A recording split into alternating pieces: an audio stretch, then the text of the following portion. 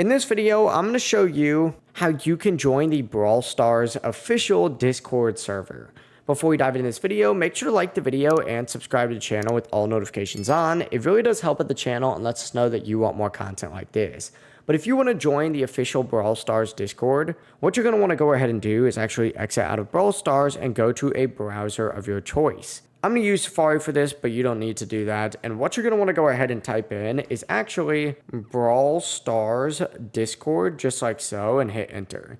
It's going to bring you to a page that looks something like this. This very top option right here is going to be the official invite link, so go ahead and click on that, and it's going to take you to a page that looks like this, where you simply need to go ahead and hit accept invite. From here, it's going to load just briefly, and then you may need to agree to the usual terms of service and rules, which is standard for any community, as well as go through all of this kind of stuff. But yeah, it really is as simple as that. After you do all that stuff, you're going to be in. Everyone does get accepted, so it's super easy to join. But if you do have any questions, don't hesitate to ask us down in the comment section below. And remember to like and subscribe to this video before leaving. It really does help out the channel and lets us know that you want more Brawl Stars content like this. Have a great rest of your day. Peace.